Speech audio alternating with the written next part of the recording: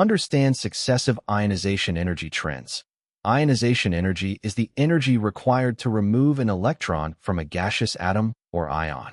Successive ionization energies, first, second, third, etc., always increase because each subsequent electron is being removed from a more positively charged ion. Identify the massive jump in the data. Look at the ratios or differences between successive ionization energies in the provided table. First to second, 801 kilojoules per mole gives 2,430 kilojoules per mole, approximate threefold increase. Second to third, 2,430 kilojoules per mole gives 3,660 kilojoules per mole, approximate 1.5-fold increase. Third to fourth, 3,660 kilojoules per mole gives 25,000 kilojoules per mole, approximate 7-fold increase. Fourth to fifth, 25,000 kilojoules per mole gives 32,820 kilojoules per mole, approximate 1.3-fold increase. Relate the jump to electron shielding and core versus valence electrons.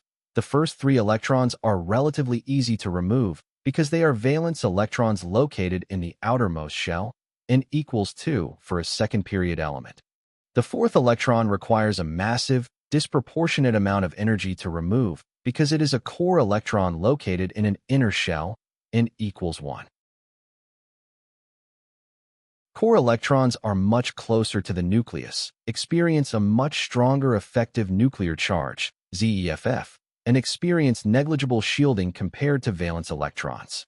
This huge energy gap between IE3 and IE4 reveals that the unknown element has exactly 3 valence electrons. Identify the element. A second period element with exactly 3 valence electrons has the valence electron configuration 2s to the power 2p to the power 1. This element has a total of 5 electrons, 3 valence plus 2 core, which is boron B, atomic number 5. Select the correct option. Option B correctly identifies the element as boron B and explains that it has 3 valence electrons. The correct answer is option B, because it has 3 valence electrons.